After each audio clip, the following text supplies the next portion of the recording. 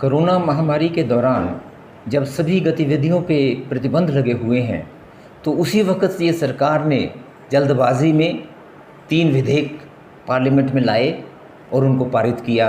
सभी प्रक्रियाएं जो पार्लियामेंट्री की होती हैं, उनको एक ताक पे रखते हुए कहने में ये कानून किसानों के फ़ायदे के लिए है, किसानों के सशक्तिकरण के लिए है, किसानों की सहायता के लिए हैं, लेकिन उसमें कहीं भी एक भी चीज़ कोई ऐसी नहीं जो अगर आप देखेंगे कि वो किसानों के हित में हो। आज जिनके लिए हक़ में ये कहते हैं ये कानून बनाए गए हैं, वो पूरे हिंदुस्तान में सड़कों पे हैं। क्यों हैं? क्योंकि वो समझते हैं कि इसके बाद वो अपनी ज़मीन पे भी अमीर लोगों के लिए बंधुए मज़दूर बन जाएंगे, ज़िम्मेदारी की प्रथा फिर आ जाएगी और उनका पास ये कहते तो हैं कि उनको आज़ादी होगी पूरे हिंदुस्तान में अपना माल बेचने की। कौन सी आज़ादी की बात कर रहे हैं कि आज के नहीं बेच सकते? लेकिन जिसके पास 5 किले से कम ज़मीन है और ऐसे 86% लोग हैं, क्या वो जाके पंजाब के जाके तमिलनाडु में अपना माल बेच सकेंगे? वो सिर्फ उन लोगों के हाथों में खेलना उनका एक बेबसी बन जाएगी।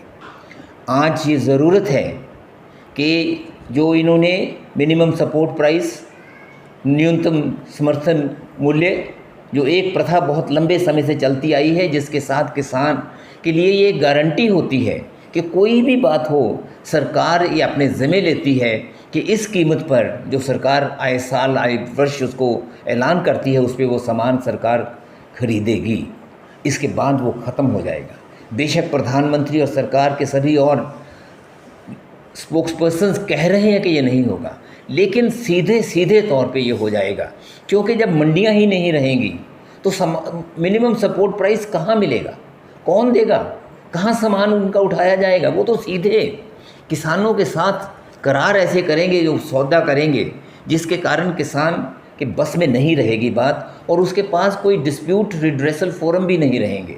कोई झगड़ा हुआ अदालतों में नहीं जा सकते, उनको सिर्फ जो सरकारी अफसर होते हैं उनके पास जाना होगा। आज उनके दफ्तर में भी वो पहुंच नहीं पाते। क्या वो कल को उनकी बात सुनेंगे? नहीं होगा।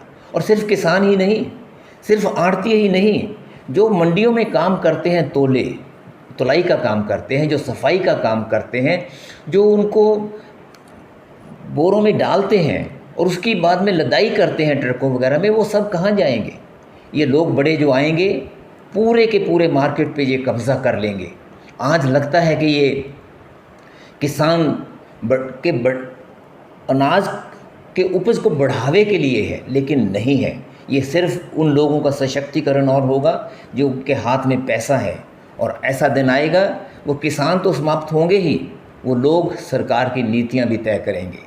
इसलिए आज आवश्यक है कि अगर ये सरकार सच्ची है लोगों के प्रति, अगर जो एक विश्वास का रिश्ता होता है, अगर ये कहती है कि वो विश्वास का रिश्ता लोगों से नहीं तोड़ते, तो आज ये इस बात के लिए हम मांग करते हैं कि ये तीनों जो कानून बनाए हैं, जो स्टॉक लिमिट वाला भी दूसरे 2 कानूनों के साथ वो ख़त्म कर दिया, उससे काला बाजारी होगी, उससे सब होर्डिंग होगी, तो ये तीनों के तीनों कानून वापस लें और ये कानूनी तौर पे गारंटी दे सरकार कि मिनिमम सपोर्ट प्राइस और जो मंडी प्रथा है वो ख़त्म नहीं होगी, बल्कि वो सशक्त होंगी। ये सरकार ये बात को कहे।